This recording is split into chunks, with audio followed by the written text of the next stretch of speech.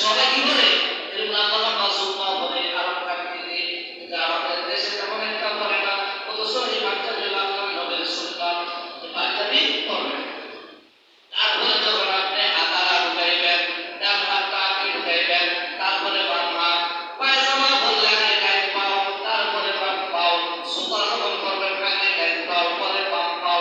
এই সবই কি করে কথা বলে আল্লাহ নবীর সুন্নাহ, এগুলি পালন করবেন। তারপরে আসেন খানার সময়। আমরা সবাই খানা খাই, কিন্তু খানার সুন্নাত জানি না, নিয়ম জানি না। সর্বপ্রথম যখন খানা শুরু করবো, তখন আপনার খানার ডান পাশ দিয়ে শুরু করবো। আমরা খাই পাইপের দিয়ে, ঠিক না ঠিক নয়? আমরা প্লেটের মাঝখান থেকে খানা খাই, অথচ আল্লাহ নবীর সুন্নাত হইল ডান পাশের দিয়ে খাইতে খাইতে বাম পাশে যাইবে। এই হলো সুন্নাত। হইল কি? তারপরে খানার সময় দোয়া আছে, বিসমিল্লাহি ওয়া আলা বারাকাতিল্লাহ। এই দোয়া পড়ে খানা খাইবেন। খাইতে যাইয়া দোয়া বলে গেছেন কেন কিনা কাশ্মীরে এসে দোয়ার কথা মনে নাই। আমার হঠাৎ করে মনে হয়েছে তাইলে দোয়া পড়েন, বিসমিল্লাহি আউয়ালাহু ওয়া আখিরাহু। মাঝখান দিয়ে যদি মনে হয় এই তো। তারপরে খানা শেষ কইরা সেটা তারপর নামাজে শেষ করবেন। অনেকে বকরাম দিতে খায়, কিছু মিনিটে রাইখা দেয়, ঠিকই না? এটা সুন্নতের খেলা বলবো আরো আর হইবেন। আল্লাহ তাআলা পবিত্র কোরআন শরীফে বলেছেন, আমার বাবারা, আল্লাহ তাআলা বলেছেন, কুলু ওয়াশরাবু ওয়ালা তুসরিফুন। আল্লাহ রাব্বুল আলামিন কোরআন শরীফের মধ্যে বলেছেন, খাও এবং পান করো, কিন্তু অপচয় করো না। আর এই অপচয়কারী হইল শয়তানের ভাই। অপচয়কারী কার ভাই বলেন? শয়তানের ভাই। যে শয়তানের ভাই, তার স্থান কি জান্নাত হলো না জাহান্নাম? বান্দারা বলেন জাহান্নাম। এই জন্য আমরা শয়তানের ভাই হব নাকি আল্লাহ নবীর খাস উম্মত হব? তাই আমরা অপচয় করব না। অপচয় বলতে বহুত কিছু আছে। একজন মানুষে একটা ফ্যান লাগাইছে, আপনি 4টা ফ্যান লাগাই রাখছেন, এটা অপচয়। আপনার বাইরে কি সুন্দর রৌদ্র আছে, আপনি সরকারি গ্যাস পাইয়া গ্যাস লাগাইয়া কাপড় সুন্দর শুকাইতেছেন, এইটাও অপচয়।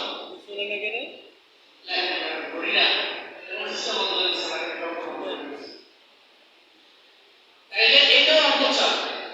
অপচয় করতে আপনার না, যতটুকু প্রয়োজন আপনি এতটুকু করবেন। দেখেন আমরা বাঙালিরা কত আমরা অপোজ মানুষের মতো। কারেন্ট বিল যতটুকু ব্যবহার হয় এতটুকু দেওয়া লাগে জন্য একটা বাইরেও লাইট সরকার সব বন্ধ করে রাখে। পুরা মনে হয় যেন কারেন্ট নাই, এরকম দেখা যায়। রাত্রে বেলা কেউ কারেন্ট লাইট লাগায় না, বিলটা বেশি উঠবো, ঠিক না? কিন্তু গ্যাসের চুলাটা সারাদিন লাগায় রাখছে, কি মামাতিরা গ্যাস কিনা দিতেছে। আপনার চালাইলে সেই বিল, না চালাইলে এই বিলের মধ্যে লাগায় রাখছেন। একটু তো বিলের বাড়াই দেন না। আল্লাহ যে কোরআনে কইছে অপচয় করিও না। দেশের সম্পদ নষ্ট করতেছেন, এই জন্য আসলের মাঠে আল্লাহর কাছে জবাবদিহি করতে হবে। সেই সময় দরকার নাই বন্ধ রাখবেন। মা বোনদেরকে বিশেষ করে আপনার কাছে গ্যাস অপচয় করবেন না। যদিও সরকারিভাবে কোনো চাপ নাই, কিন্তু আসলের মাঠে ওই আল্লাহ যখন হিসাবটা দিব, অপচয় যখন হিসাবটা ধরবো, তখন আল্লাহর কাছে এই জবাবটাও দিতে হবে। দিতে হবে কি হবে না? দিতে হবে। এই জন্য যে কোনো ব্যাপার অপচয় করতে পারবেন না। যেটুকু দরকার একটু ব্যবহার করবেন। কথা বলেন নাই? অপচয় করা যাবে না যে কোনো বিষয়ে। এই ব্যাপারে কথা বলতে গেলে সুন্নত পাবেন, এটা আমরা সহজে বুঝে নিব। কোনো অপচয় করা যাবে না। তারপরে আসলে যে খানা আমরা খাবো, অনেকে সুন্দর করে খায় না, প্লেটটা পরিষ্কার করে খায় না, কিছু রাইখা দেয়, এ বলে বরখাস্তি। কোনো বিভিন্ন অনুষ্ঠানের মধ্যে যদি কেউ খানা খায়, কিছু রাইখা দিলে মনে করে এটা বরখাস্তি। আসলে এটা বরখাস্তি না, এটা হলো আল্লাহ নবীর সুন্নতের খেলা।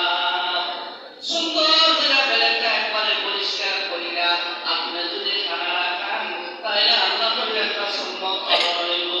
অনেকে প্লেটটা ধুইয়া তারপর আইলা মাইলা খায় না, এটা সুন্নত না। এটা অনেক দূর করে মহিলারা করে না। সুন্নত হলো প্লেটটা ঝোল খায়,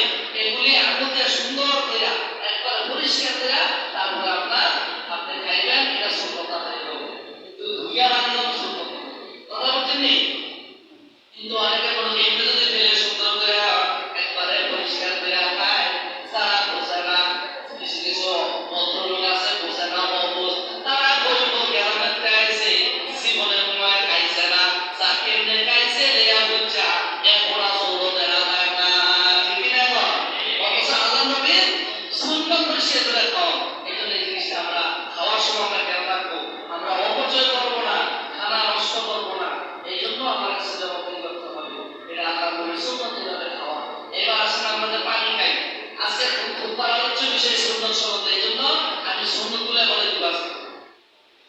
এই যে আমরা পানি খাই, পানি দাঁড়াইয়া যখন কাছে শরীর গরম, মেজাজ গরম, বোতল দিয়া ফ্রিজের তেলে ঢাইলা দাঁড়াইয়া খাওয়া শুরু করে দেয়। নাই খাইবেন না, এটা মুসলমানের খানার নিয়ম না। এটা মুসলমানের খানার নিয়ম এইভাবে না। মুসলমানের নিয়ম হইল খানা আপনার পানিটা যখন আপনি খাইবেন, সর্বপ্রথম নিয়ম হইল পানিটা ছায়া খাইতে হইব।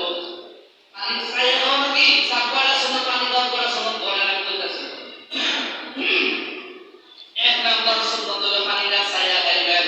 অনেক সময় পানির মধ্যে পোকা থাকে, ময়লা থাকে, না ছায়া যদি খেয়ালাম ময়লা সয়লা খাইয়া হইব। এই জন্য পানি ছায়া খাওয়া সুন্নত। সবাই বলে করা হইব পানি ছায়া খাওয়া হচ্ছে সুন্নত, একটা সুন্নত। তারপরে সুন্নত হইলো দুই হাতে ধইরা খাওয়া সুন্নত।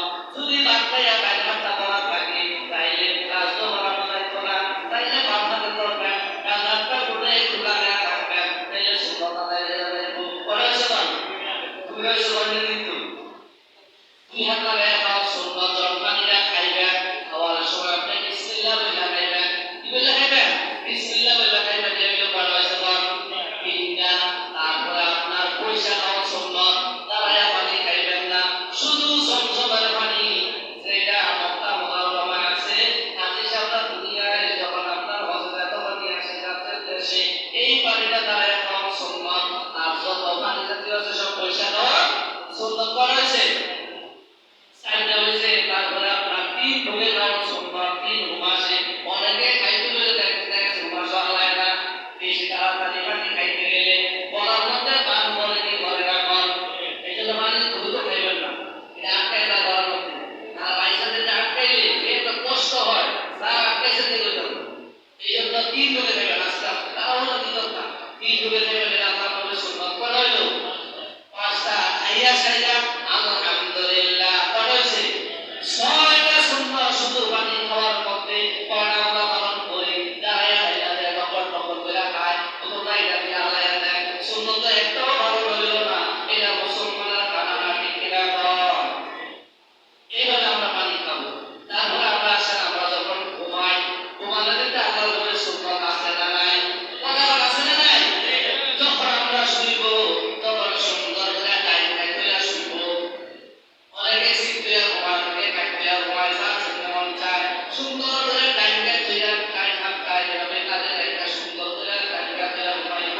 আর দোয়া করবো, আল্লাহুম্মা বিসমিকা আমুতু ওয়া আহইয়া। এই দোয়া করে ঘুমাবো। এই ঘুমানোটাও আমার ইবাদত হবে। বলেন না সুবহানাল্লাহ। এই ঘুমানো কি হইব? ইবাদত হইব, সওয়াব হইব। আর যদি ঘরে বলেন ঘুমায় যায় দোয়া করুন ছাড়া তাইলে না হইয়া, তাইলে আমাদের আর সওয়াবটা পাইলাম না। ঘুমাইলেন তো ঠিক আছে, সওয়াবটা পাইলেন না। এবার আপনাদের প্রশ্ন হলো, ঘুমাইয়া যদি এবার কাইতে যায়, সিটে যায়, উঠে যায়, ঘুমানোর পরে এবার যে ফেলে যায়, আপনার সুন্নত আদায় হয়ে যাবে, কোনো সমস্যা নাই। তারপরে গুরুত্বপূর্ণ সুন্নতগুলো আসেন মসজিদে। মসজিদে ঢোকার সময় আমরা অনেকে পাম পাউডার ঢালাই, টাইম পাউ দিয়া ঢোকা সুন্নত। কোথাও দিবেন মসজিদে আগে টাইম পাউ দিবেন, তারপরে দোয়া করবেন। বাইরে লেখা আছে আল্লাহুম্মা ফতাহি আবওয়াবা রাহমাতি। এই দোয়া কইরা ঢুকবেন, তারপর দুরূদ শরীফ পড়বেন সাল্লাল্লাহু আলাইহি ওয়াসাল্লাম। বাইরে ঢোকার সময়